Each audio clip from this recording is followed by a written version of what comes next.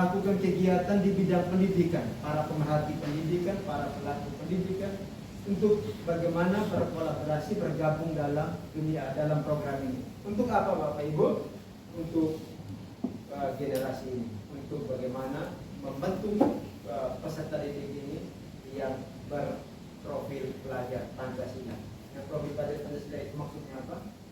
Membentuk para generasi ini yang memiliki kecerdasan yang baik, dan yang tidak kalah penting adalah memiliki karakter yang kuat. Itu maksudnya. Nah, oleh sebab itu Bapak Ibu, mumpung kemarin Kamis saat pembagian tugas saya masih mereka percayakan di kelas 6 dan akan mendampingi mereka ini, maka sebagai langkah persiapan dari saya sebagai guru kelas, saya ingin supaya hal ini menjadi bagian yang mesti kita ketahui bersama dan mesti kita jalani bersama. Setuju Bapak Ibu ya? Ya. Terutama Bapak Ibu yang kelas 6. Yang kedua, terkait dengan hal ini mungkin lebih kepada menuju kepada implementasi kurikulum merdeka ya. Sekarang istilahnya merdeka belajar, merdeka mengajar. Kemudian kita balik lagi belajar merdeka. Nah, seperti apa esensi daripada ini? Ini yang maksudnya kita sama-sama paham. Nah, untuk hari ini Bapak Ibu, saya ingin berbagi dalam istilahnya, saya istilahkan ini menjadi seri berbagi aksi nyata. Aksi nyata berarti praktik nyata yang mesti kita lakukan di kehidupan kita sehari-hari. Baik kami sebagai pendidik di sekolah, Bapak Ibu orang tua juga punya peranan penting di keluarga. Karena apa? Ada 3 pusat pendidikan yang istilah daripada Bapak Ki Hajar kita, Bapak pendidikan kita, yang namanya 3 sentra pendidikan atau 3 pusat pendidikan. Yang paling utama itu adalah keluarga. Paling utama itu juga Bapak Ibu. Sekolahnya hanya istilah kasih memoles saja, memuluskan mereka punya potensi yang ada, tapi sesungguhnya yang paling utama dibentuk itu adalah di keluarga. Maka Bapak Ibu harus diminta hadir di sini juga karena kita sebagai aktor pendidikan yang juga sangat penting. Nah, yang kedua kita lihat ini terkait dengan budaya positif. Kita tahu yang selama ini kita omong budaya mungkin berbicara tentang adat, berbicara tentang mana, mungkin Bapak Ibu ya, itu tentang budaya. Ketika omong budaya berarti berkaitan dengan kultur apa yang terjadi di setiap daerah masing-masing. Betul Bapak Ibu ya? Nah, sesuatu yang terjadi di tingkat lokal di daerah masing-masing itu biasanya terjadi sesuai dengan karakter daerah itu setempat. Budaya Bawapeo pasti sesuai dengan apa? Keadaan alam Bawapeo, keadaan sosial Bawapeo yang menjadi bagian daripada ciri khas daripada Bawapeo. Tidak mungkin sama budaya Bawapeo kita samakan dengan budaya di Jawa. Nah, sama hal juga dengan budaya positif ini. Supaya apa? Generasi-generasi kita yang lahir dari Bawapeo ini memiliki karakter khusus. Nah, saya mencakup secara nasional sekarang pemerintah menetapkan yang namanya profil pelajar Pancasila. Nah, target utama karakter itu yang harus diperkuat pada diri anak-anak kita. Tujuannya apa? Ini kita salah satu bentuk kita membentengi arus perkembangan zaman atau istilahnya kodrat zaman yang terjadi. Jadi itu sebagai pengantar Bapak Ibu ya. Ya, kita lanjut. Yang berikut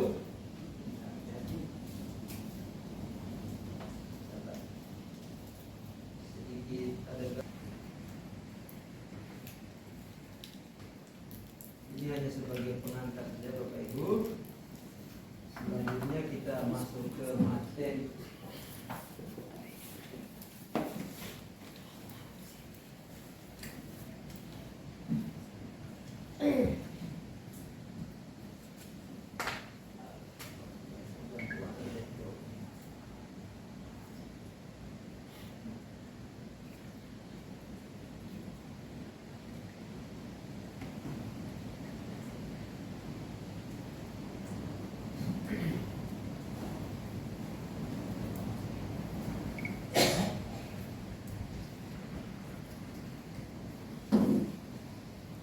Pemahaman tentang penerapan budaya positif di sekolah.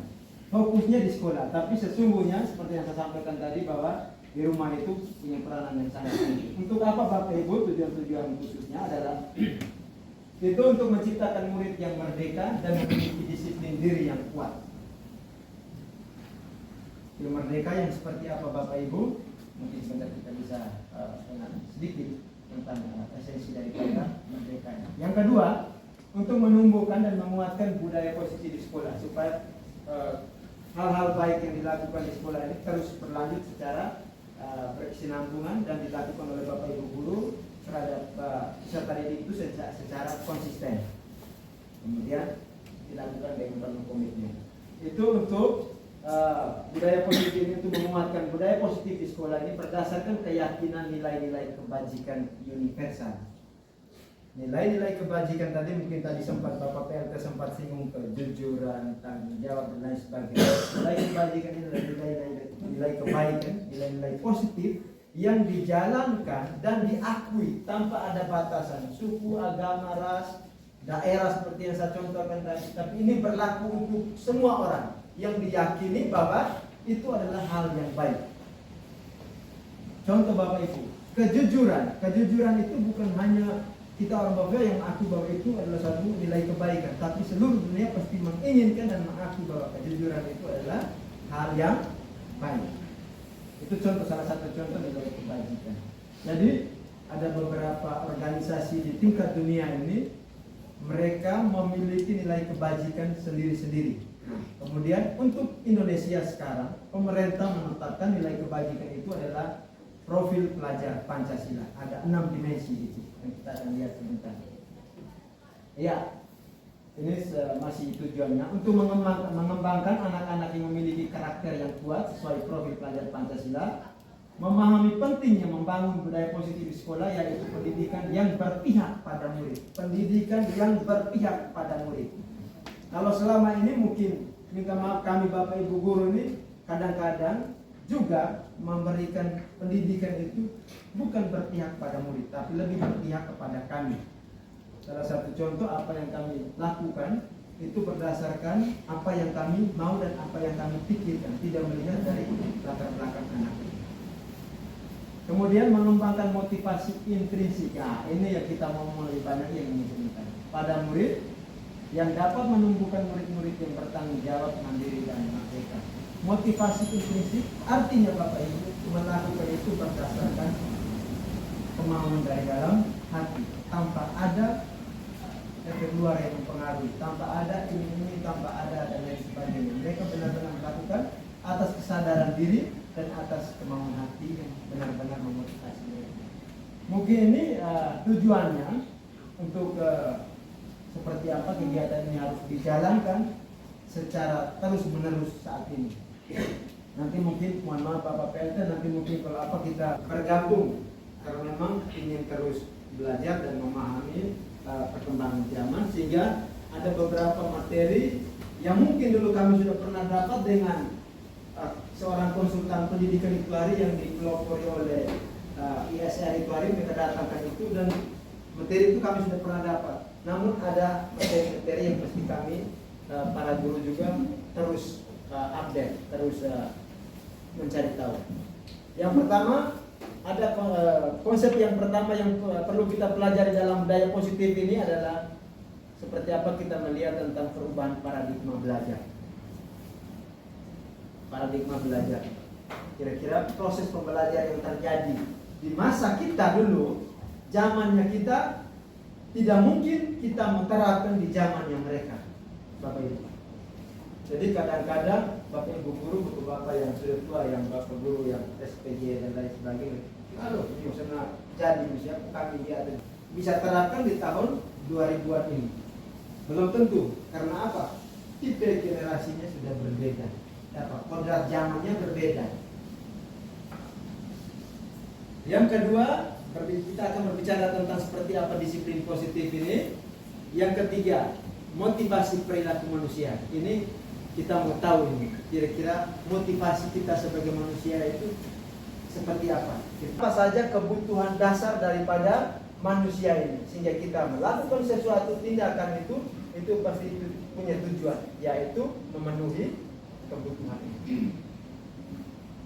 Lalu bukan karena motivasi kita memenuhi kebutuhan lalu kita melakukan, ketika kita tidak memenuhi kita tidak lakukan. Nah, itu yang kita mesti kita benahi bersama.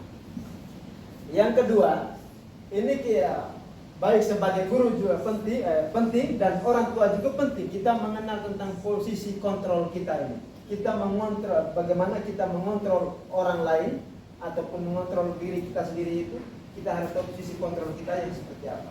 Sehingga kita bertindak kepada anak-anak kita, baik di rumah maupun di sekolah Bapak Ibu, kita harus tahu kira-kira memposisikan diri kita seperti apa. Tidak kadang-kadang kita anak ketika berbuat sesuatu yang mungkin tidak sesuai dari kita punya keinginan, langsung kita propak atau kita marah dan lain sebagainya. Nah, itu mungkin karena kita tidak bisa memposisikan diri kita ini sebagai apa. Yang kedua, tentang keyakinan kelas. Nanti kita akan tahu, dan ini mungkin lebih banyaknya ke kami Bapak Ibu guru. Tapi lebih bagus juga kalau Bapak Ibu juga bisa menerapkannya di rumah. Kalau dulu kita masih sebut atau kita masih lebih kepada peraturan-peraturan, dibuat peraturan. Siswa dilarang membuang sampah pada tempat, atau siswa wajib baca buku setiap jam ini sampai ini. Itu peraturan yang dibuat oleh kita. Tapi apakah peraturan yang kita buat ini diterima tidak oleh siswa? Itu mesti kita tahu juga. Kenapa? Mereka juga pasti punya kebutuhan dasar yang harus mereka penuhi. Kemudian ada yang namanya segitiga restitusi. Restitusi ini saya baru dengar juga saat mulai coba bergabung di program ini. Dan ini kami kuliah juga mungkin belum tidak dapat di sini Bapak Ibu. Kami kuliah mungkin materi ini kami tidak dapat. Sehingga sangat penting untuk kami boleh bisa belajar dan bisa menerapkannya. Ini ada beberapa konsep utama yang kita akan bicarakan tentang bagaimana membangun budaya positif ini. Itu baik di sekolah dan juga di rumah. Positif. Itu pasti pertanyaan kita hari ini. Yang kedua, apakah budaya positif itu penting? Menurut Bapak Ibu, penting tidak budaya positif ini? Penting ya? Kenapa penting? Kita mengatakan penting, kira-kira seperti apa kita katakan itu penting? Itu mungkin pertanyaan dasar yang mungkin menjadi pertanyaan kita hari ini. Nah, mungkin kurang lebihnya seperti ini Bapak Ibu.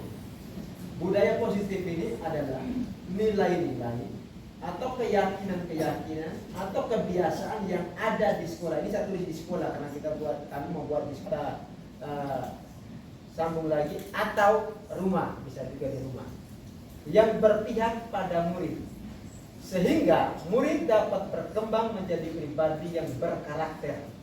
Berkarakter ini berarti berkarakter baik, berdisiplin, santun, jujur, peduli, kritis, penuh rasa hormat dan bertanggung jawab. Mungkin ini Bapak Ibu hanya sebagian yang saya tulis tentang nilai kebajikan yang harus dimiliki oleh anak-anak kita. Tapi ada sekian banyak nilai-nilai kebajikan yang harus kita perkuat kepada peserta didik. Namun Untuk saat ini pemerintah menetapkan nilai kebajikan yang mesti kita anak-anak Indonesia untuk memperkuat karakter mereka itu melalui profil pelajar Pancasila. Hingga sekarang kita terapkan kurikulum merdeka dengan tiga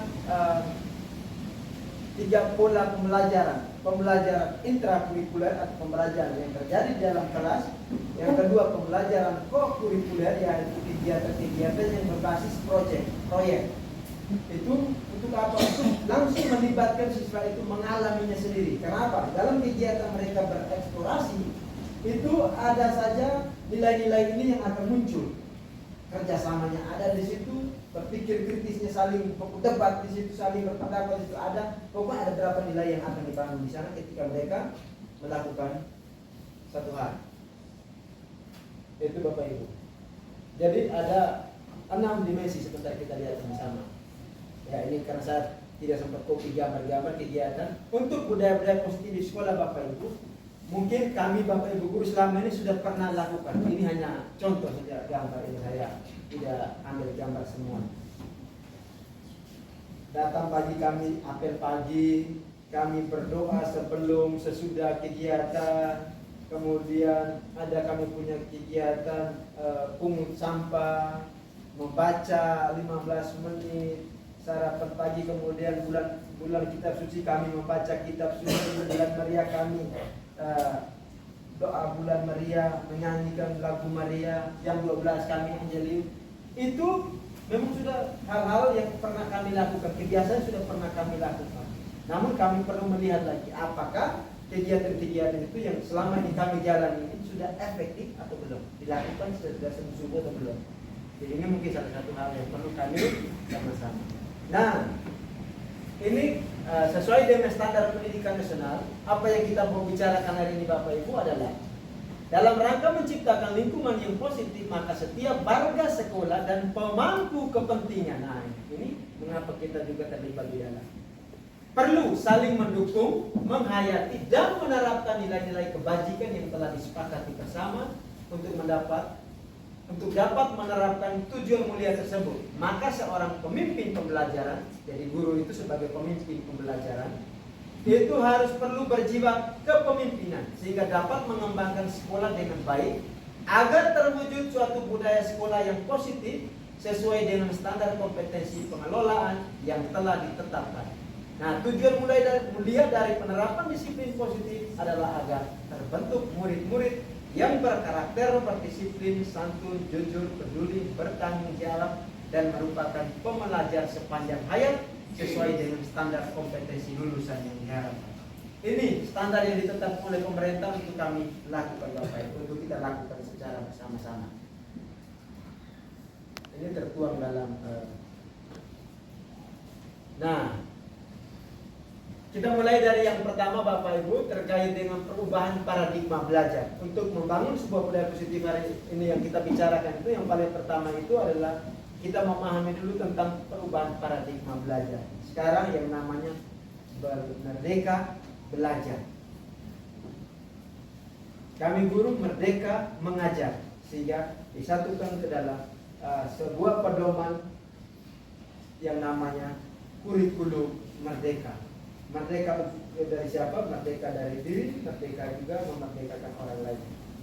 Nah, untuk perubahan paradigma ini Bapak Ibu, pembelajaran dengan paradigma baru dirancang berdasarkan prinsip pembelajaran berdiferensiasi, di mana memandang bahwa setiap individu itu memiliki keunikan masing-masing. Teori ini sudah beralih. Kalau teori dulu memandang semua orang itu adalah sama. Ini untuk yang saat ini para pakar pendidikan mereka melakukan riset-riset, penelitian bahwa pandangan ini tidak pas lagi. Berdiferensiasi ini yang seperti apa? Ini adalah memandang setiap orang itu berbeda. Jadi setiap makhluk hidup, terkhususnya kita manusia itu terlahir ke dunia ini sudah memiliki potensinya masing-masing. Sehingga kita sebagai orang tua maupun kami Bapak Ibu guru dalam melakukan proses pendidikan itu harus menuntut anak-anak ini sesuai dengan kodrat yaitu kodrat alam yang pertama dan kodrat zaman.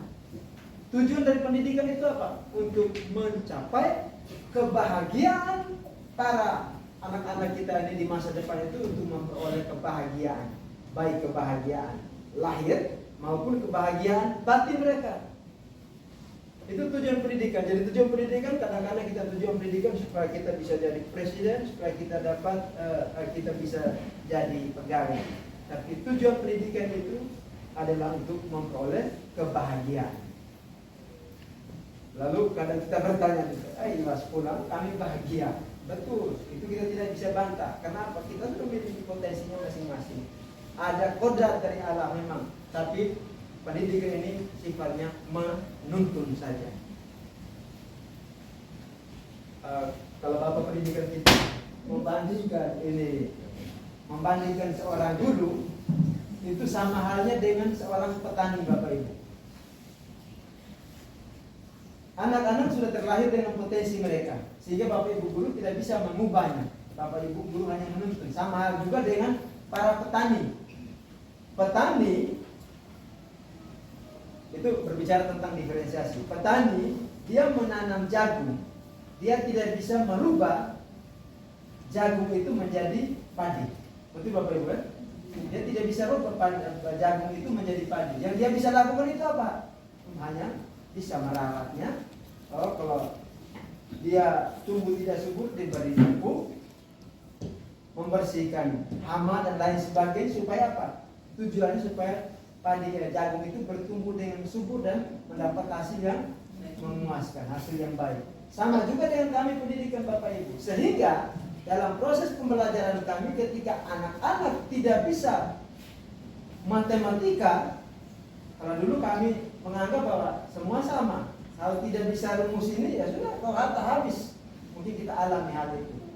Apalagi di Bapak Yosef dulu ketika sama satu berapa? Dua. Biar kau tahu ini karena keadaan kita mendadak, dan dia tidak.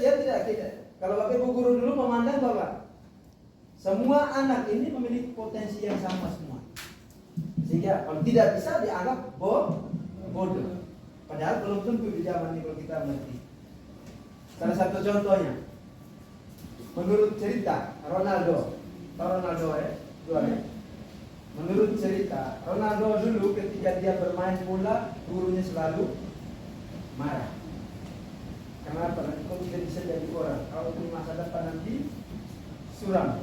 Tapi buktinya Ronaldo dengan keahlian dia bermain bola, dia bisa menjadi orang terkenal, orang terkaya, orang mungkin bahagia dengan dia punya kehidupan itu.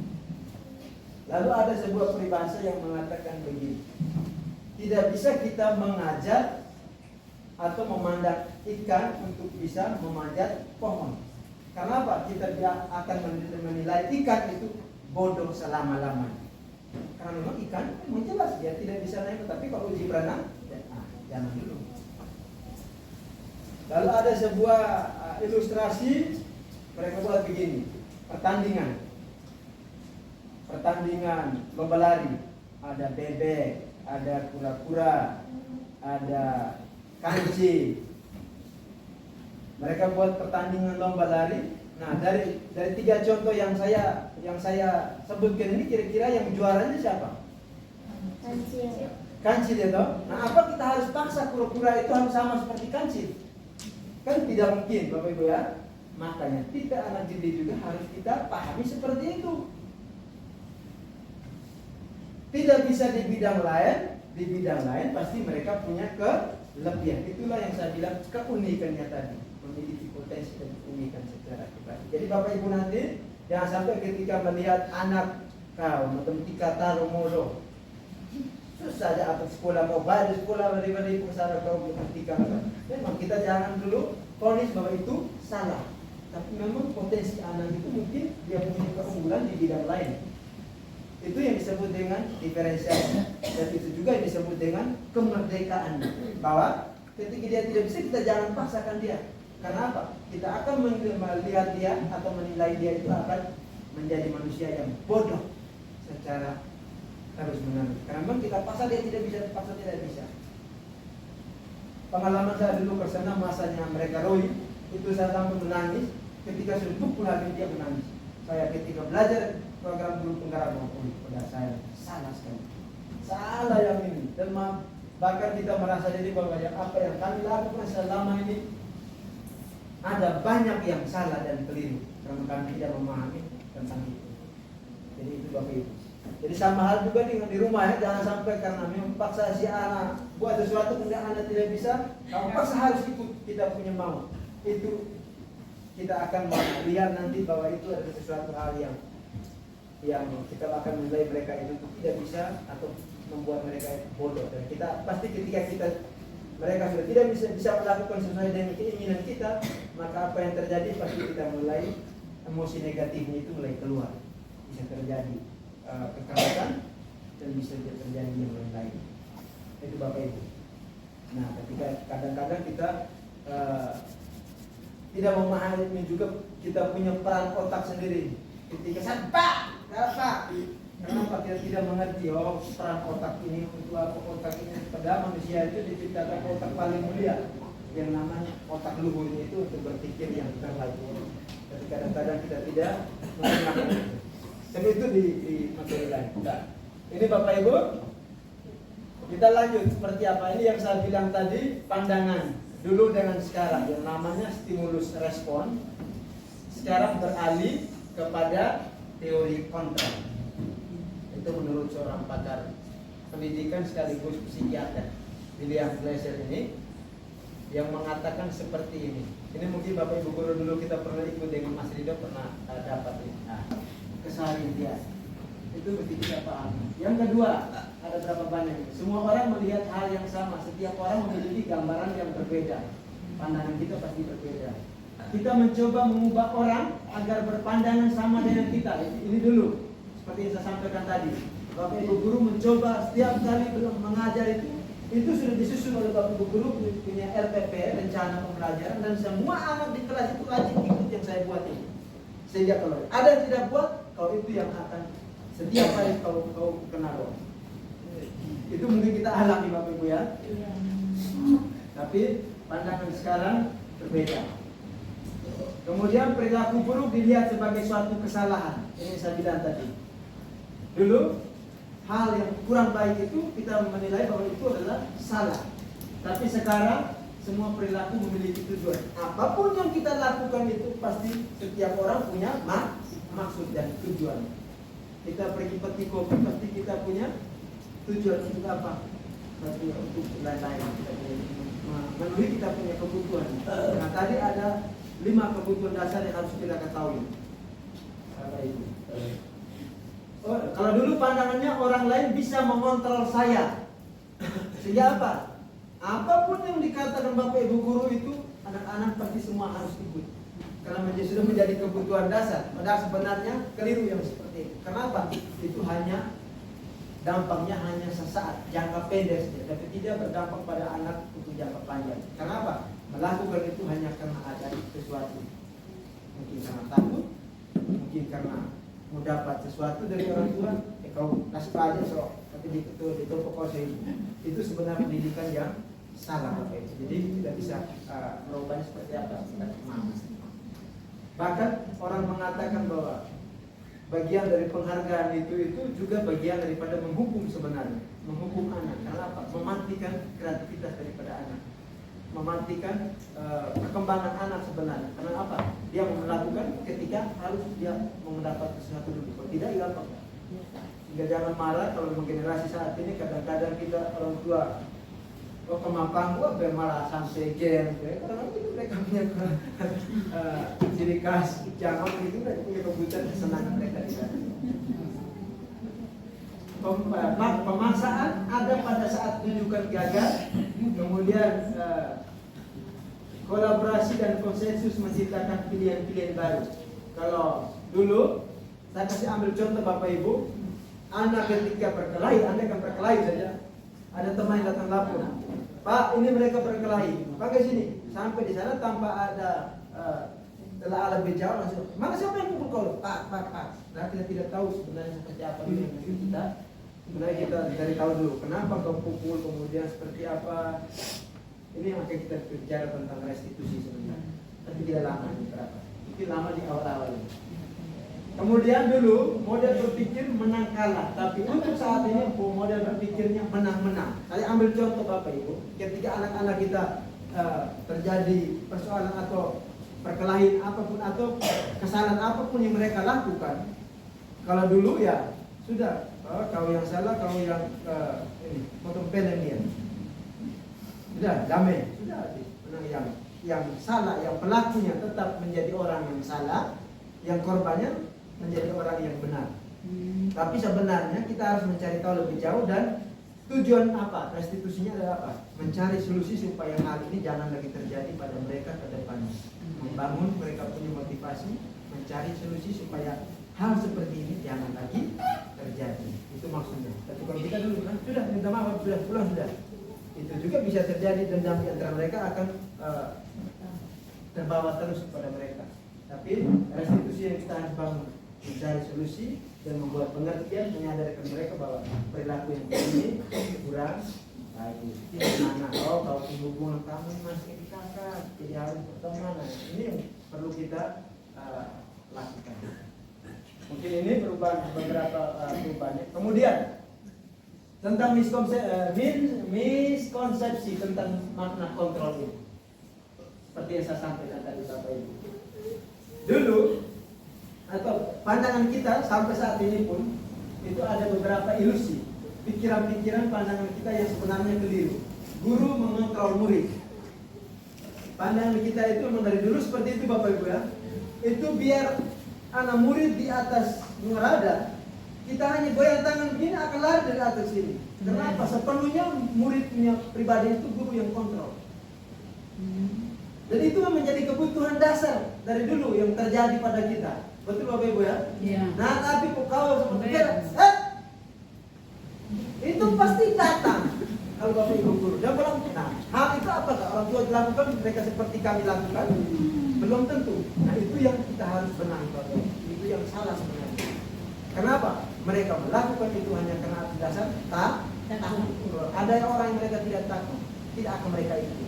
Kemudian itu mereka akan bertindak itu, mereka turut itu pada orang-orang tertentu saja, tidak pada semua orang. Kenapa? Tidak berdasarkan motivasi dari dalam diri mereka, tapi melakukan sesuatu itu hanya karena atas dasar dari luar, pengaruh dari luar. Itu maksudnya Bapak Ibu. Jadi, nah, andaikan hal ini itu kita bisa mengontrol orang lain ketika kalau orang itu mengizinkan kita mengontrol. Andaikan kita sini kalau itu haknya dia. Karena selagi dia mengizinkan menghargai kita ya pasti itu berarti dari sendiri dia mengizinkan dirinya untuk orang lain kontrol, dan itu yang terjadi selama ini pada anak-anak kita. Sehingga apa? Karena hukuman kelas 6 itu sudah beda perasaannya mereka menghargai mereka dengan kami ketika mereka masih berada di bangku sekolah. Itu sangat berbeda Bapak Ibu. Nah ini yang sebenarnya keliru yang sebenarnya. Kenapa kita memberikan motivasi itu salah atau keliru? Anda kadang juga sudah mereka masih berada di sekolah.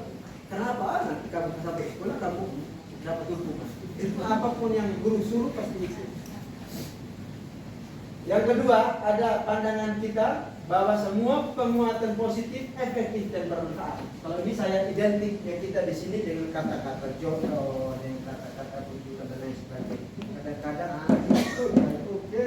Nah, keingatan itu juga dampaknya hanya sesaat. Dan itu mereka akan bercinta itu pada orang-orang tertentu saja. Sehingga orang atau murid akan bergantung hanya pada waktu tertentu saja dan juga pada orang-orang tertentu saja.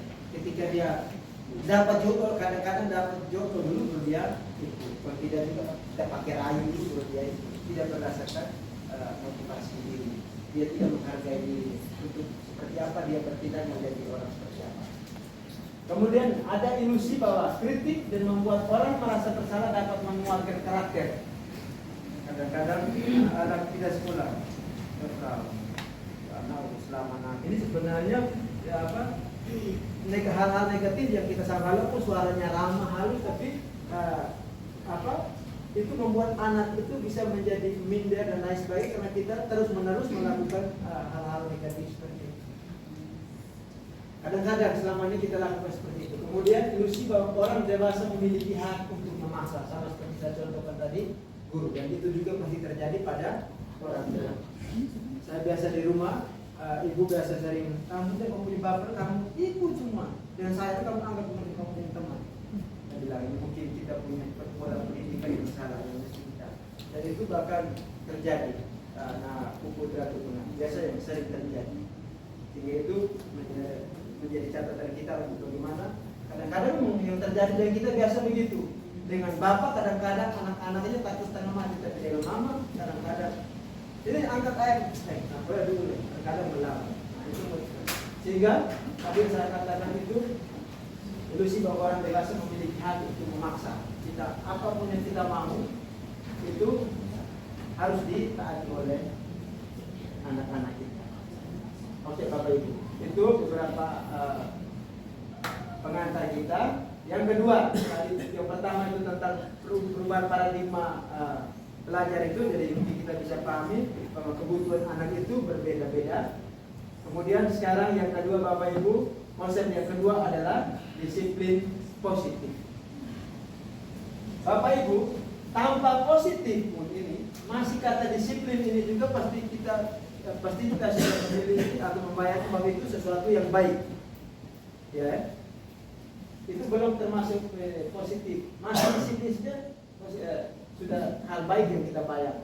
Tapi sebenarnya apa disiplin itu yang seperti apa? Baik, disiplin positif merupakan unsur utama dalam terwujudnya budaya positif yang kita cita-citakan di sekolah kita. Disiplin yang positif. Kalau disiplin yang tidak positif itu disiplin yang dibuat hanya sepihak dan harus diikuti oleh semua orang, atau kita kenal dengan peraturan-peraturan. Sehingga seperti yang tadi disampaikan oleh Bapak PLT tadi, ada tata tertib dan lain sebagainya. Nah, apakah hal-hal itu yang kita lakukan selama ini, strategi-strategi yang kita buat selama ini di sekolah ini, itu sudah mencerminkan disiplin yang positif atau tidak? Atau jangan sampai kita lakukan buat peraturan-peraturan itu tapi tidak mendengar daripada siswa itu sendiri. Kadang-kadang kita tetapkan saja. Ya, apakah telah efektif? Apakah masih perlu ditinjau kembali? Saya pikir dengan hal ini kita bisa tinjau kembali. Nah, kebanyakan kita itu kadang-kadang omong disiplin itu menghubungkan kita itu dengan tata tertib, peraturan, atau kepatuhan pada peraturan. Ini ada juga kata disiplin ini kita sering hubungkan dengan hukuman. Jadi ketika omong disiplin biasanya kadang-kadang kita sangat bertentangan biasanya. Ketat deh, yang mesti harus ditaati. Dan itu bagian dari sebenarnya pemaksaan sebenarnya. Tapi seperti apa untuk kita menjadikan ini menjadi disiplin yang positif? Sementara kita akan lihat secara bersama-sama. Nah, menurut kita apa itu disiplin positif Bapak Ibu? Kurang lebihnya seperti ini yang di atas ya, Bu ya. Kadang-kadang kita melihat disiplin itu sebuah bentuk hukuman yang mesti harus dijalankan, sehingga kita menjalaninya itu kadang-kadang dengan penuh tekanan, beban dan lain sebagainya. Nah, dalam budaya kita, rata-rata dalam budaya kita, makna kata disiplin ini kita maknai menjadi sesuatu yang dilakukan seseorang pada orang lain untuk mendapatkan kepatuhan. Kita cenderung menghubungkan kata disiplin dengan ketidaknyamanan. Kita kadang-kadang ngomong peraturan, ngomong disiplin ini merasa malas. Andaikan di sini kita tetapkan disiplin saat kita kegiatan di ruang ini. Salah satunya jangan merokok. Itu mungkin menjadi tidak nyaman bagi bapak-bapak yang merokok. Atau jangan makan sirip pinang. Pasti bapak, ibu-ibu yang makan sirip pinang itu merasa tidak nyaman. Malah, kita harus ini segala macam. Tapi kalau disiplin ini kita bangun dari kita gali dari kita punya kemauan masing-masing, pasti kita jalan dengan penuh keyakinan dan penuh kegembiraan. Tapi rata-rata kita tetapkan ini tidak melihat kebutuhan. Dia punya kebutuhan, dia punya kebebasan, dia punya kesenangan. Saat begini harus makan siripina. Atau anak dalam keseharian, dalam pembelajaran, mereka belajar sambil kadang-kadang sambil baca. Dan mereka mungkin lebih cepat mengerti ketika mereka punya tipe belajar begitu. Tapi kita paksa, kau baca, kau bagaimana sambil nyanyi. Itu juga bisa menjadi tekanan terhadap dia. Kadang dia punya kebebasan, dia punya tipe belajar untuk lebih cepat menerima informasi itu dengan cara kadang itu yang kita kenal dengan 3 tipe belajar. Ada yang hanya dengan melihat saja dia lebih cepat mengerti, ada dengan mendengar dia lebih cepat mengerti, ada juga dengan gerakan-gerakan dia lebih cepat. Jadi kadang-kadang kita menganggap budaya ini menjadi sesuatu yang tidak nyaman untuk kita. Kadang-kadang kita bilang ini suatu hukuman untuk kita, pemaksaan. Ya, saya cukup baca yang ini. Menurut Bapak Ki Hajar Dewantara itu, di mana ada kemerdekaan, di situ harus ada disiplin yang kuat. Disiplin yang kuat itu yang seperti apa? Disiplin yang kuat itu adalah disiplin diri yang benar-benar terlahir dari dalam diri sendiri. Sehingga dia melakukan sesuatu itu tanpa harus ada orang lain omong pun dia lakukan. Karena memang dari motivasi dalam dirinya. Contohnya, kita punya tata tertib di sini. Wajib lihat sampah angkat, atau dilarang membuang sampah di sembarang tempat. Itu kan peraturan yang kita buat. Tapi ketika kita membangun motivasi dalam diri anak itu, dengan sendirinya mereka pasti ketika melihat temannya buang sampah pasti mereka tegur. Atau lihat sampah berserakan, dengan sendirinya mereka pergi. Itu bagian daripada disiplin juga sebenarnya, melatih disiplin diri mereka.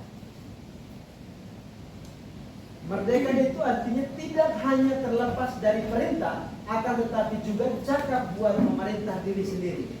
Kita mampu untuk mengontrol, mampu untuk memerintah diri kita sendiri untuk melakukan sesuatu itu bagian daripada merdeka sebenarnya. Kita melakukan tanpa ada orang lain yang memaksa, tanpa ada orang lain yang perintah. Itulah bagian dari merdeka sebenarnya.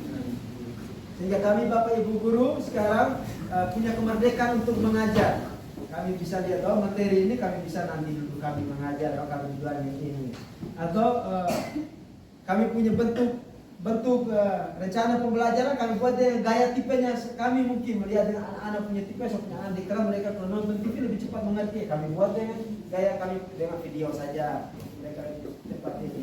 Jadi itu bagian daripada kemerdekaan kita, berkreativitas tanpa harus mendengar orang lain perintah.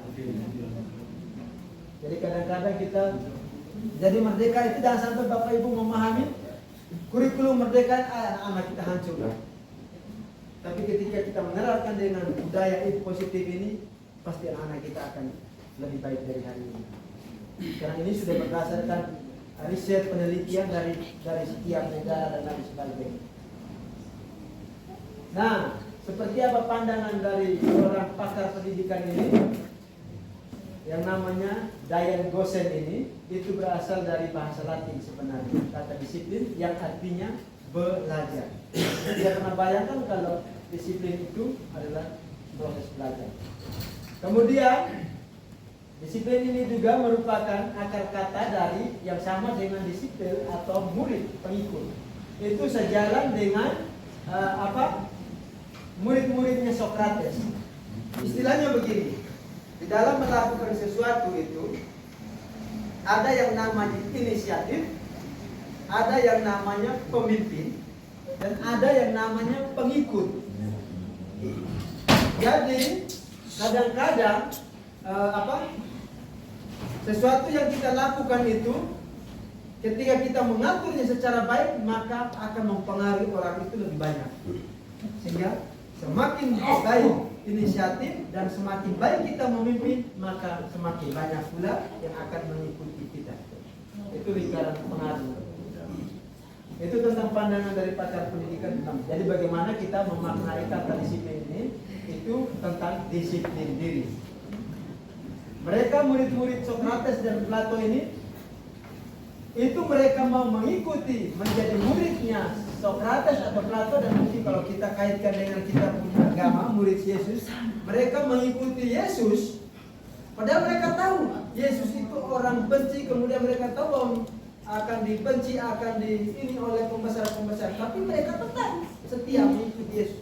Karena mereka tahu aliran apa yang dilakukan oleh Yesus itu memotivasi mereka itu untuk tetap mengikutinya. Ini sama halnya dengan ini, pandangan ini, murid-murid Sokrates. Artinya mereka mau mengikuti sesuatu, mereka mengetahui bahwa konsekuensinya seperti ini, aliran yang mereka akan ikut itu seperti itu, maka mereka ikut tanpa ada pengaruh dari luar.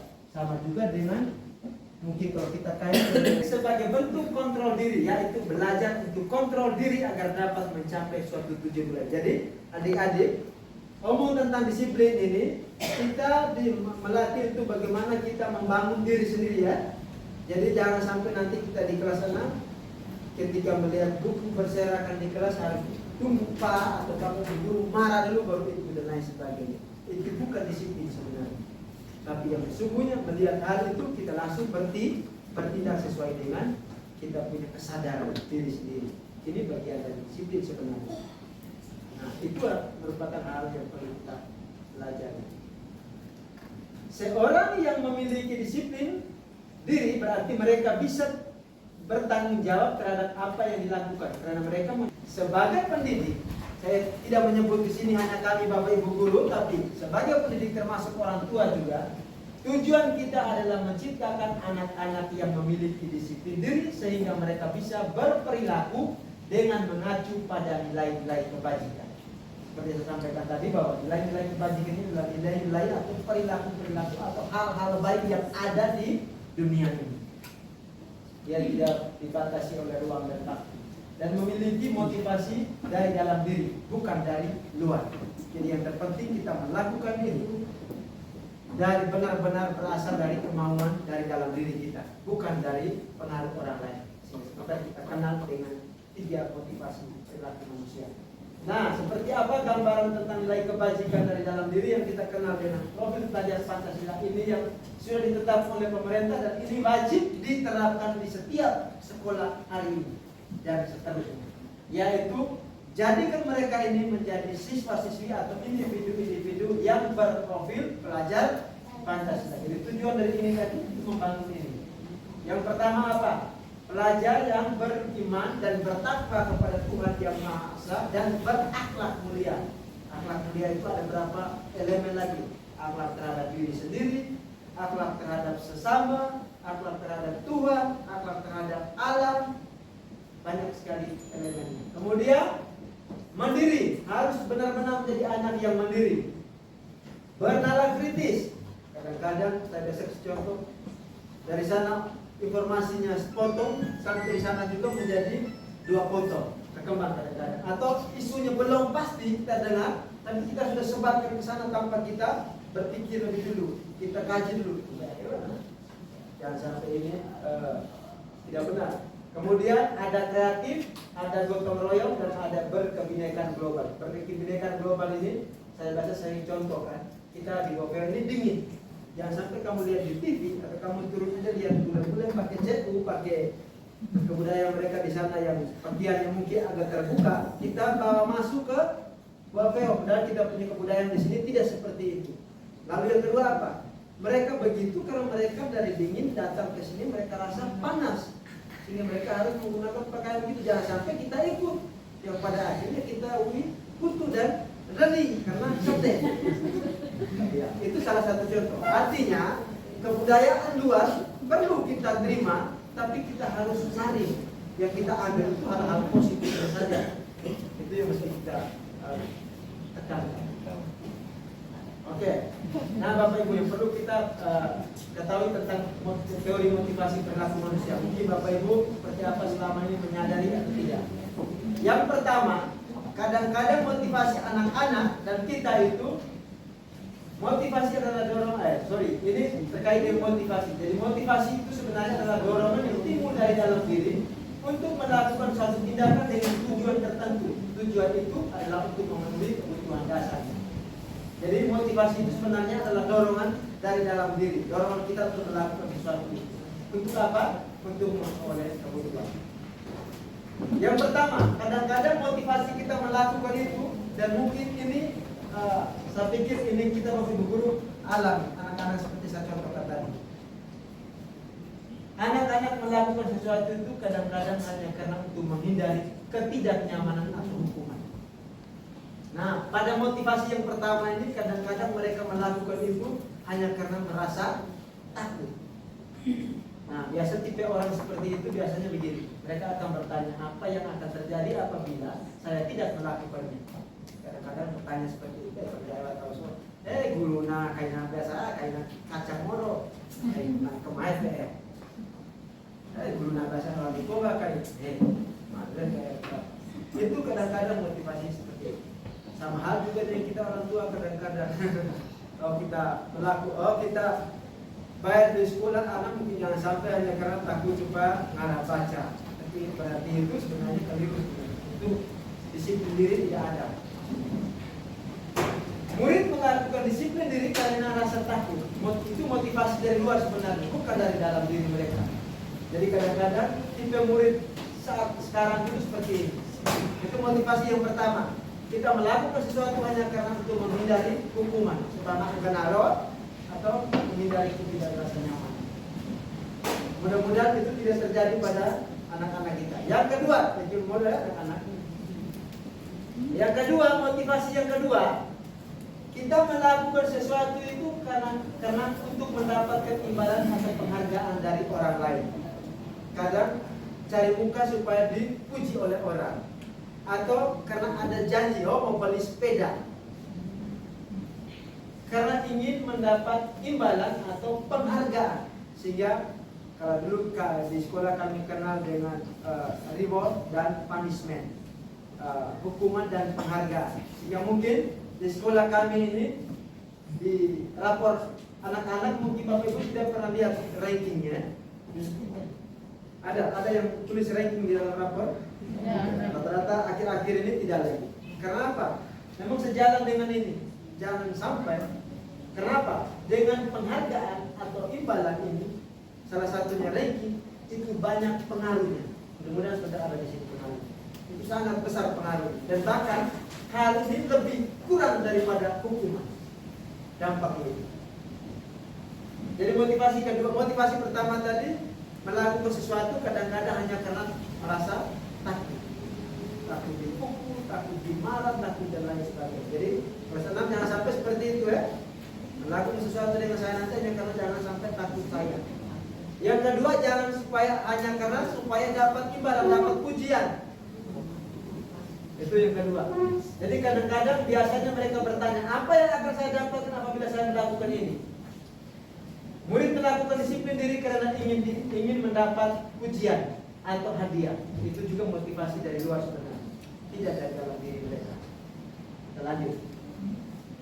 Motivasi yang ketiga, untuk menjadi orang yang mereka inginkan dan menghargai diri sendiri dengan nilai yang mereka percaya. Ini motivasi ini yang harus kita terapkan Bapak Ibu.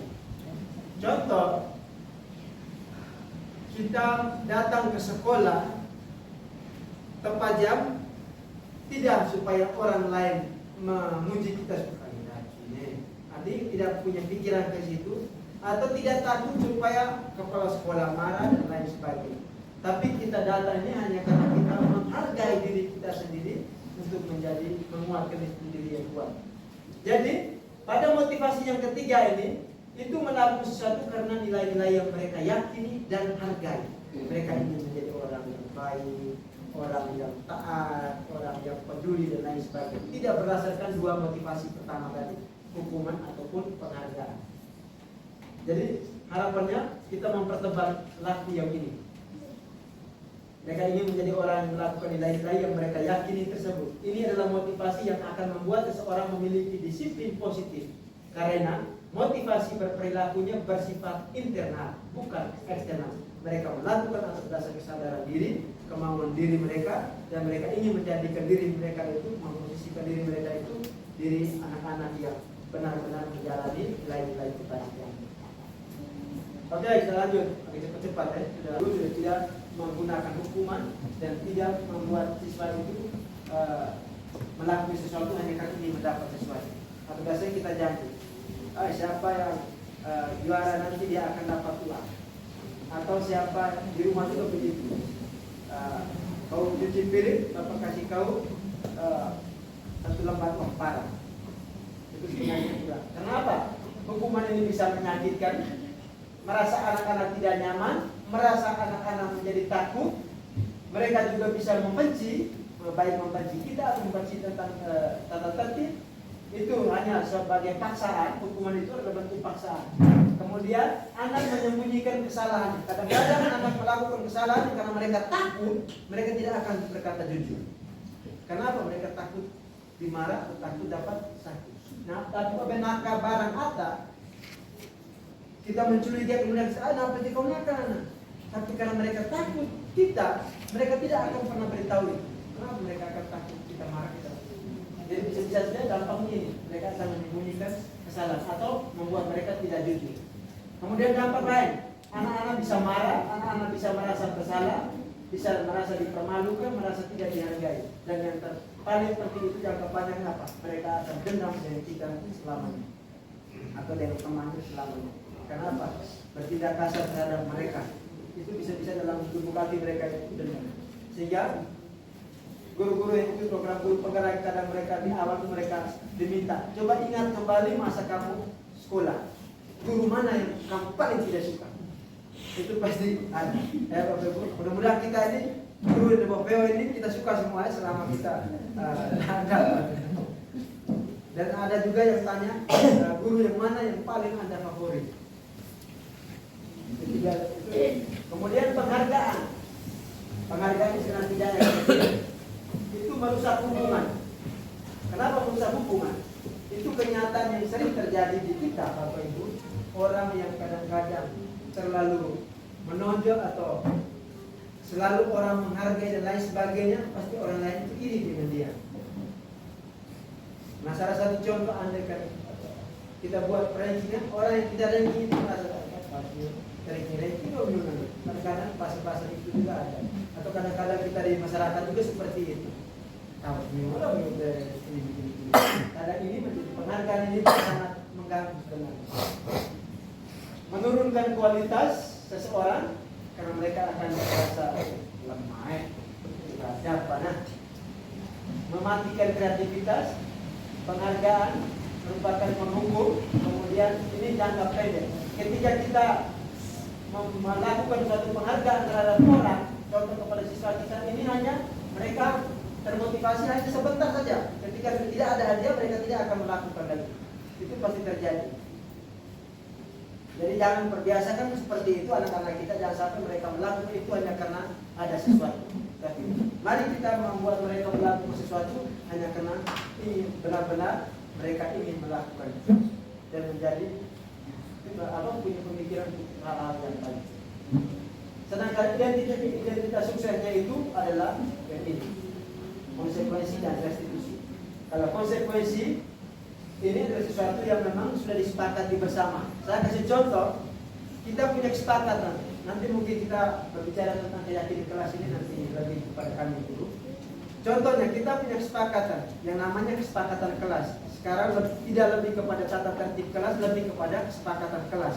Kesepakatan itu dibangun atas dasar kemauan kita secara bersama-sama, dan itu lebih efektif untuk kita lakukan karena kita punya kesadaran untuk ingin melakukan itu. Contohnya, kita datang sekolah harus pakai sepatu. Ketika mereka melanggar, konsekuensinya apa? Mereka punya sandal, kita sita. Mereka kaki kosong. Dan itu pasti mereka merasa tidak nyaman. Ya, harus pakai sepatu dan lain sebagainya. Itu. Jadi punya motivasi itu. Sesuatu yang harus terjadi. Kalau hukuman tadi tidak. Kadang-kadang kita tidak tahu juga. Kau tidak pakai sepatu kenapa? Kalau pak, berarti tidak tahu kalau dia nanti mau dapat sakit sebagainya. Tapi kalau kita sudah bangun kesepakatan bersama lalu kita langgar, itu dengan sendirinya dia akan merasakan saat itu. Dan itu sesuatu yang akan harus terjadi. Contohnya dia terlambat sampai sini orang sudah pelajaran. Itu konsekuensinya apa? Dia harus mengejar ketertinggalan itu, atau dia tidak kerja PR, konsekuensinya dia harus kerja PR-nya, bukan dihukum. Jadi konsekuensi ini bisa. Kemudian restitusi. restitusi ini sebenarnya kita bagaimana kita membuat mereka menyadari mereka untuk mencari solusi, kenali jati diri mereka sebenarnya supaya hal yang tidak baik jangan dilakukan lagi. Itu pengertian singkat tentang restitusi. Restitusi adalah sebuah pendekatan untuk menciptakan disiplin positif. Contohnya, restitusi ini adalah proses menciptakan kondisi bagi murid untuk memperbaiki kesalahan mereka. Kalau kita selama ini kadang-kadang kau kakak itu apa namanya? Kayak kerja apa? Kau kakak itu apa? Oh, habis selesai. Tidak ada penyelesaiannya sampai ke titik ini. Sehingga bisa juga terjadi besok dan lusa mereka mulai lagi. Bisa juga terjadi juga dengan orang lain. Karena tidak ada membuat mereka menjadi sadar, tidak memotivasi mereka untuk tidak bertindak seperti itu. Maka restitusi ini adalah hal yang paling efektif untuk saat ini. Bagaimana kita mencari solusi memperbaiki kesalahan. Tidak melihat kesalahan, tapi memperbaiki kesalahan. Itu pengertian restitusi sebenarnya. Oke, dalam sudah berarti. Nah, ciri-ciri restitusi ada beberapa ya. Yang pertama, restitusi ini bukan untuk menebus kesalahan, namun untuk belajar dari kesalahan. Kadang-kadang untuk menebus hanya bilang, minta maaf, sudah selesai. Itu berarti hanya menebus kesalahan, tapi tidak memperbaiki kesalahan. Saya kasih contoh, kita undang orang pesta di kita punya rumah. Kemudian tamu kita itu jatuhkan gelas dan gelas itu pecah. Saya mau tanya Bapak Ibu, pernah kita minta tamu itu ganti? Tidak pernah dong. Tapi bagaimana kita mengharapkan supaya tidak terjadi? Kemudian restitusi yang kedua itu memperbaiki hubungan. Contoh Daud dan Fly, dua pemata, contoh kecil ya. Mereka berkelahi, itu kita memperbaiki mereka punya kesalahan. Jangan sampai membuat mereka menjadi dendam, saling dendam. Karena biasa kami Bapak Ibu guru terbawa dengan guru-guru kita yang lalu. Ayo, kau pasukai. Sudah tahu? Sudah rasakan? Sudah. Tanpa ada penyelesaian. Nah itu tidak akan bisa memperbaiki hubungan mereka. Karena itu hanya sifatnya paksaan saja. Yang ketiga, restitusi adalah tawaran, bukan paksaan. Jadi menurut kau, kalau kau tahu mana, kau harus berapa kira-kira? Mencari pilihan-pilihan terbaik dari mereka itu sendiri. Menuntun untuk melihat ke dalam dirinya. Restitusi mencari kebutuhan dasar yang mendasari tindakan. Kita bisa tanya, kau terlambat apa kau? Jangan sampai anak terlambat datang ke kau atau masuk ini. Penuntut atau pusat. Tidak ada sangkut paut terkait pusat penuntut dengan terlambat ini. Nanti kita cari tahu apa kau terlambat dari. Bisa di orang tua juga terlahir di rumah, bisa jemaah mati lambat jaga, atau bisa jemaah mati rahasia petian sehingga membuat dia terlambat. Harus mencari tahu lebih jauh. Itu bagaimana? Tugas kita adalah memenuhi kebutuhan anak. Kemudian restitusi adalah cara yang paling baik berfokus pada karakter bukan tindakan. Jadi contoh tindakan tadi kita tidak memperbaiki apa yang tadi dia punya perilaku tadi, tapi lebih kepada membangun karakter ini supaya menjadi anak yang baik, bisa berubah. Restitusi mengembalikan murid yang berbuat salah pada kelompok. Kadang-kadang mereka menjadi ketika mereka melakukan, kita menguatkan mereka, memberi motivasi mereka untuk bisa mereka berrelasi dengan sama. Itu tentang restitusi. Yang berikut kita harus kenal juga tentang 5 kebutuhan dasar manusia ini. Kenapa? Segala sesuatu yang kita lakukan Bapak Ibu pasti memiliki tujuan mulia. Tujuan mulia kita itu apa? Memenuhi kebutuhan dasar. Kebutuhan kita apa kira-kira dalam hidup ini? Yang paling mendasar. Ayo, kira-kira yang Bapak Ibu tahu kebutuhan kita yang paling dasar itu apa? Kalau dulu SD kita kenal ya. Kebutuhan apa? Ya, mungkin kebutuhan tentang sandang, pangan, papan, apalagi yang lain. Jadi seluruh tindakan manusia ini pasti memiliki tujuan tertentu. Semua yang kita lakukan adalah usaha terbaik kita untuk mendapatkan apa yang kita inginkan. Jadi demi memenuhi kebutuhan dasar. Kadang-kadang anak melakukan hal-hal yang tidak baik, kita menganggap bahwa itu adalah hal yang buruk. Tapi kita tidak tahu kalau apa yang dilakukan itu hanya karena ingin memenuhi kebutuhan dasar. Salah satu contoh begini, anak bawa bekal, disuruh bawa bekal ke sekolah, kemudian satu anak ini dia makan teman-temannya punya bekal, teman-temannya menangis, lapar parah punya bekal dia makan. Kalau kita tidak mencari tahu lebih jauh, tidak mengenal seperti apa, memaknai materi-materi yang seperti ini, pasti kita langsung ambil tindak. Kau ada kita dan lain sebagainya. Tapi coba kita mencari tahu, dia melakukan itu karena dia ingin memenuhi dia punya kebutuhan. Kebutuhan apa kira-kira kalau dia makan orang punya?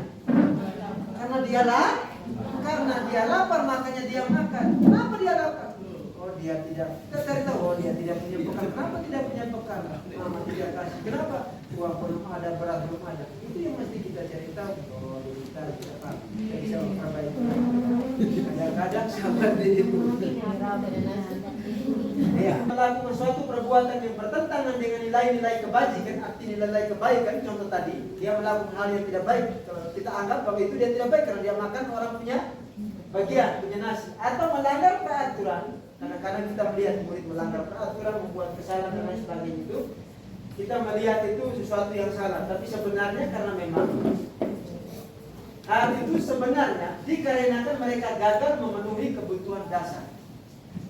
Saya kasih contoh. Sekarang tadi karena kebutuhan dasar dia makan tadi adalah untuk bertahan hidup. Dia supaya tetap bertahan hidup. Karena dia tidak mempunyai kebutuhan itu, orang tua tidak menjamin kebutuhan, tidak kasih bekal dia, maka dia bertindak tidak baik menurut kita. Dia makan teman-temannya punya bekal. Jadi itu hanya karena sebenarnya dia melawan karena kebutuhannya tidak terpenuhi. Atau saya kasih contoh, kenapa saat ini banyak sekali kasus-kasus yang terjadi di dunia pendidikan, contohnya tawuran, minuman keras, anak rokok dan lain sebagainya. Mungkin kebutuhan anak itu yang kita mungkin tidak sering kita penuhi, sehingga anak-anak bisa melampiaskan mereka punya itu dengan bertindak seperti itu. Untuk apa? Mencari kebutuhan mereka itu. Jadi tanggung jawab besar juga kita harus belajar orang tua, anak-anak ketika kita ini untuk segala macam, kita hanya karena ini dengan segala macam akhirnya tidak terpenuhi, sehingga pada akhirnya tiba-tiba keadaan anak kita mungkin bertindak hal-hal yang negatif. Itu karena mungkin juga karena kebutuhan mereka tidak terpenuhi. Nah, untuk membangun budaya positif di sekolah, di lingkungan yang aman dan mendukung murid menjadi pribadi yang berdaya, seimbang dan bahagia, salah satu upaya yang dapat dilakukan oleh guru adalah memahami kebutuhan yang mendasari perilaku manusia, yaitu kebutuhan fisiologis maupun psikologis. Jadi baik kebutuhan secara material maupun secara psikis. Nah, ada berapa kebutuhan dasar manusia? Kita lihat secara bersama-sama. Ada 5 kebutuhan dasar manusia yang paling mendasar. Yang pertama adalah kebutuhan bertahan hidup. Sandang, pangan, papan. Itu bagian dari fisiologis. Kemudian kesehatan juga sangat dibutuhkan. Kemudian merasa aman juga sangat dibutuhkan. Jadi di rumah juga harus lebih memberikan kenyamanan mereka. Kemudian di sekolah juga. Kemudian Bapak Ibu, kita juga perlu perhatikan mereka punya kebutuhan dasar ini. Karena apa? Ketika mereka, contoh kecilnya, mereka dari rumah tidak makan, otomatis pasti mereka mengikuti pelajaran tidak terarah pasti. Kuri ketureo atau pokoknya tidak nyaman itu. Itu karena kebutuhan mereka tidak terpenuhi. Yang kedua, kebutuhan kasih sayang dan rasa diterima. Dia harus merasa dia menjadi bagian dari orang lain juga.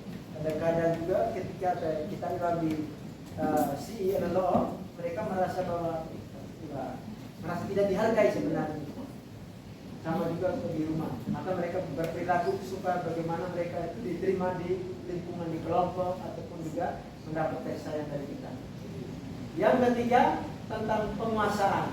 Mereka ingin menjadi orang-orang terbaik sebenarnya. Tapi kadang-kadang kita membatasi, baik secara akademiknya ataupun secara apa, mereka ingin menjadi orang-orang yang terdepan, terbaik. Kemudian kebutuhan akan kesenangan. Nah, contoh ambilkan contoh yang teman tadi yang makan nasinya teman tadi.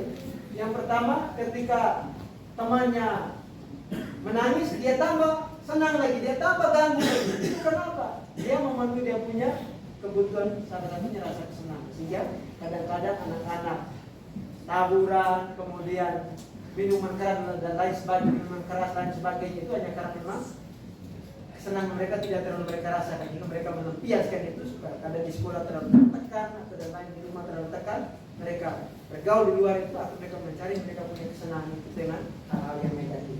Itu karena apa? Kebutuhan tidak terpenuhi. Kemudian juga akan kebebasan. Kalau contoh kami di sekolah mungkin anak-anak ketika belajar di kelas mungkin terlalu di kelas mereka tidak terlalu konsentrasi dan lain sebagainya. Coba kita memberikan kesempatan mereka untuk kita bisa belajar di luar dan lain sebagainya. Mungkin mereka punya kebebasan mereka itu bisa terpenuhi. Jadi ada 5 kebutuhan dasar ini Bapak Ibu yang mesti kita sama-sama perhatikan untuk kepentingan anak-anak kita. Yang berikut, ini penjelasan sudah tadi. Ada kebutuhan, ada kasih sayang, ada penguasaan, ada kebebasan, dan ada kesenangan. Nah Bapak Ibu, ketika kita melakukan sesuatu yang baik untuk anak-anak kita, maka di dalam diri mereka, terkhususnya di dalam otak mereka itu ada bagian otak yang sangat kecil itu, otak luhur itu, yang akan mereka jadikan kita itu, baik diri mereka atau orang lain itu menjadi orang-orang yang berkualitas di dalam kehidupan mereka. Dan ini jangka panjang seterusnya itu mereka akan menjadi orang-orang, menjadikan kita itu orang-orang yang berkualitas di dalam kehidupan mereka. Nah kemudian ya tadi 2. Kemudian selain kebutuhan dasar yang mesti kita ketahui, 5 posisi kontrol ini juga yang mesti kita ketahui Bapak Ibu. 5 posisi kontrol ini supaya apa? Supaya kita bisa melakukan restitusi tadi yang seperti saya gambarkan di awal tadi. Jadi 5 posisi kontrol dalam restitusi adalah proses perjalanan seorang pendidik agar dapat mengenali dirinya sendiri. Ketika dia bertindak, dia harus memposisikan diri dia seperti apa. Yang pertama adalah posisi penghukum. Yang kedua, posisi pembuat merasa bersalah. 3, posisi teman. 4, posisi pemantau. 5, posisi manajer. Jadi apa gambarannya? Nah, ini untuk kita bisa memposisikan, kita bisa melakukan sesuatu, bertindak itu dengan posisi yang harus kita pahami. Terlebih kami Bapak Ibu Guru ini. Jadi secara umum ini dari ke-5 posisi kontrol guru ini itu diharapkan itu harus memilih memposisikan diri itu sebagai manajer. Sebagai manajer itu tadi contohnya contoh anak terlambat. Kita bertanya dulu pada anak persoalannya apa, penyebabnya apa, kemudian tindakan yang perlu diperbaiki seperti apa, siapa yang mau terlibat. Ini posisi manajer. Tapi kalau kita menjadikan penghukum itu biasanya kita kadang marah, menghardik, menyakiti dan lain sebagainya. Kadang kita berkata, kalau kamu tidak melakukan ini kalau kamu tidak melakukannya, awas ya. Kayak menjawab kau tahu aja. Kadang hal seperti tidak melakukan. Kemudian membuat orang merasa bersalah. Jangan secara terus-menerus kita berceramah walaupun dengan kata-kata yang tidak keras, tidak pakai bantat-bantat, tapi kita lebih pada membuat diri anak-anak itu menjadi anak-anak yang buruk. Itu kadang-kadang tidak baik. Sehingga di sini kita lihat Bapak Ibu, bisa juga dia punya akibatnya ini. Kalau penghukum ini bisa juga dia mereka karena memang sudah terbiasa mereka bisa membuat kesalahan lagi. Kemudian untuk membuat merasa bersalah ini, mereka merasa direndahkan diri mereka, kadang-kadang mereka merasa rendah diri sekali hingga kadang-kadang mereka tidak bisa melakukan lagi. Kemudian sebagai teman menjadi lemah, tidak mandiri karena hanya bergantung. Kadang ketika kami Bapak Ibu Guru memposisikan diri kami sebagai kemudian sebagai pemantau. Ini kadang-kadang kami biasa hanya berpatokan pada peraturan-peraturan yang ada. Kau tidak peraturan kita harus di atas mula sepatu hitam. Marah-marah seperti itu. Sedangkan untuk manajer itu, sebagai posisi manajer itu bagaimana kita mengubah perilaku itu menjadi baik dengan cara mengevaluasi diri, kemudian mengajukan pertanyaan-pertanyaan, membuat pilihan-pilihan untuk proses perbaikan ini. Ini mungkin terlalu waktunya sekitar 12 menit terkait dengan posisi kontrol dulu. Kemudian terkait dengan segitiga restitusi, ini lebih kepada proses bagaimana memperdayakan siswa atau anak kita itu ketika mereka melakukan sesuatu. Jadi segitiga restitusi itu adalah suatu proses dialog yang dijalankan oleh guru atau orang tua agar dapat menghasilkan murid yang mandiri dan bertanggung jawab tanpa ada tekanan, tanpa ada perintah mereka melakukan sesuatu, tapi mereka melakukan sesuatu itu hanya karena memang motivasi dari dalam. Jadi apa saja kira-kira tindakan-tindakan ini lebih biasanya lebih kepada kalau bapak ibu guru dalam menghadapi anak-anak. Sisi yang pertama untuk segitiga tadi. Kalau dulu kita kenal segitiga itu hanya di matematika yang keliling, luas, dan lain sebagainya. Tapi ini segitiga kita sudah kenal dengan teknik bagaimana cara kita melakukan tindakan terhadap anak-anak kita. Sisi yang pertama adalah menstabilkan identitas diri. Jadi ketika anak-anak kita melakukan sesuatu itu, kita jangan langsung ponis, jangan langsung ambil tindakan dan lain sebagainya. Kita kasih stabilkan mereka punya diri dulu, perasaan dan lain sebagainya dulu, baru kita ambil tindakan.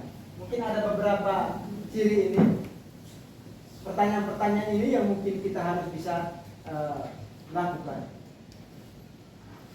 Jadi sisi yang pertama, menstabilkan identitas. Yaitu untuk membuat anak yang merasa gagal tadi karena berbuat salah menjadi positif terhadap dirinya, tidak membuat dirinya tetap terus merasa bersalah, tapi membuat dirinya itu menjadi termotivasi dan memikirkan hal-hal positif ke depannya.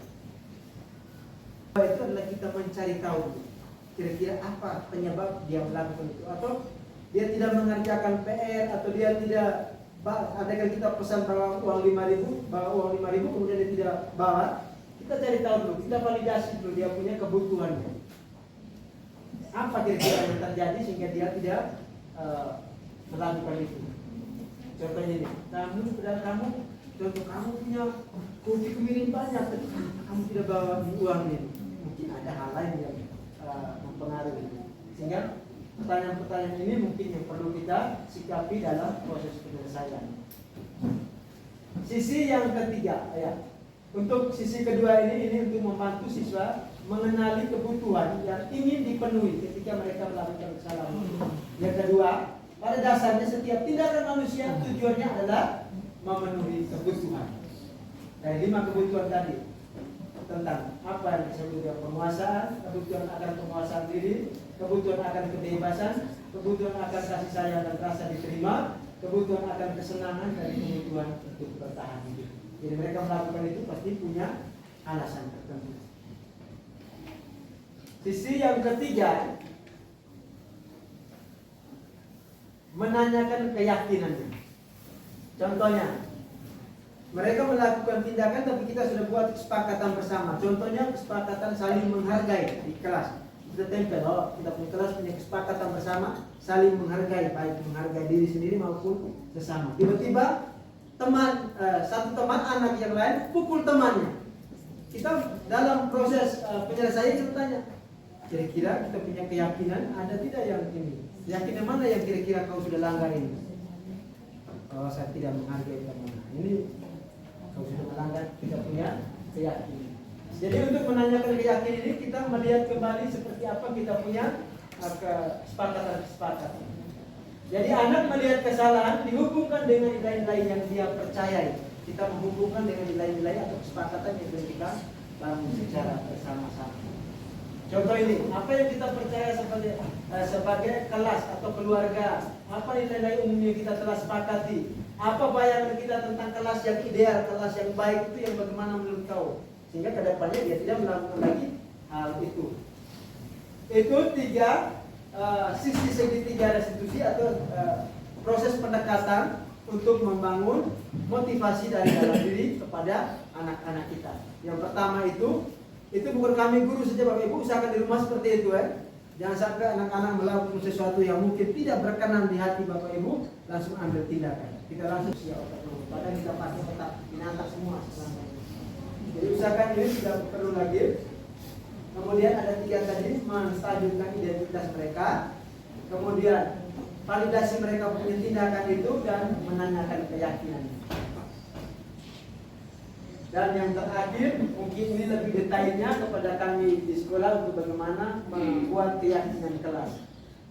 Mengapa? Pertanyaannya, mengapa tidak peraturan tapi harus keyakinan? Merupakan konsep paradigma berpikir kita sudah berubah tadi, bahwa kalau peraturan itu biasanya langsung ditetapkan oleh Bapak Ibu guru atau orang tua. Kalau Bapak Ibu guru biasa begini, dilarang buang sampah. Di sini tidak ada terlihat. Kalau dulu di sana kan punya kesepakatan kelas. Peraturannya tidak boleh mengganggu teman atau dan lain sebagainya, itu dilakukan oleh Bapak Ibu guru yang wajib ditaati oleh siswa. Tapi sekarang membuat suatu peraturan itu berdasarkan kesepakatan bersama. Jadi kita tanya semua, menurut kau sekolah putra kau Iba, suruh tanya gali dari mereka semua dulu, baru kita simpulkan, baru kita buat satu keyakinan yang harus kita taati bersama. Jadi ini mungkin lebih detailnya, lebih kepada kami Bapak Ibu guru. Dan kalau orang tua ingin melakukan di rumah juga boleh, terkait dengan penerapan aturan-aturan. Jadi sekarang tidak lebih kepada tata tertib, tidak lebih kepada peraturan, tapi lebih kepada keyakinan.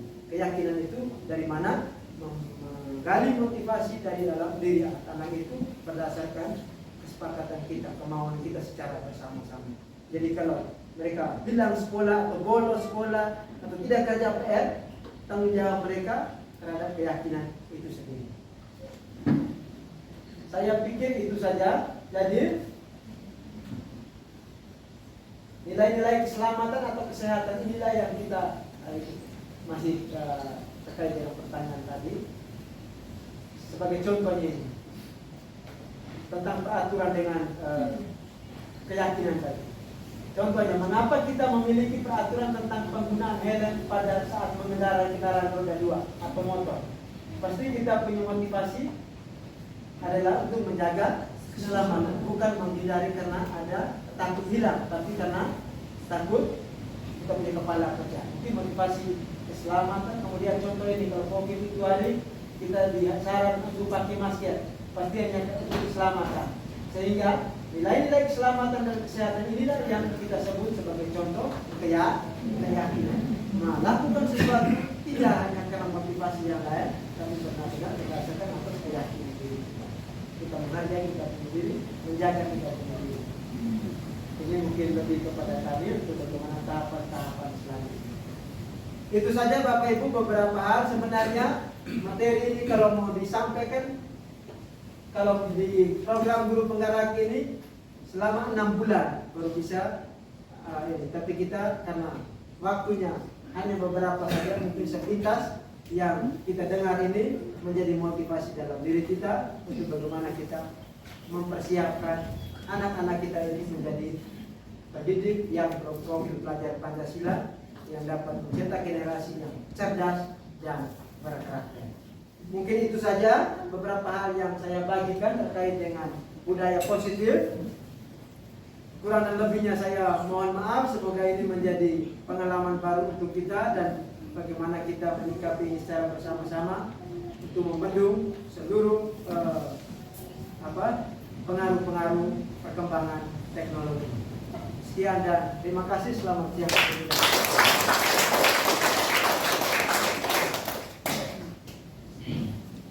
Okay.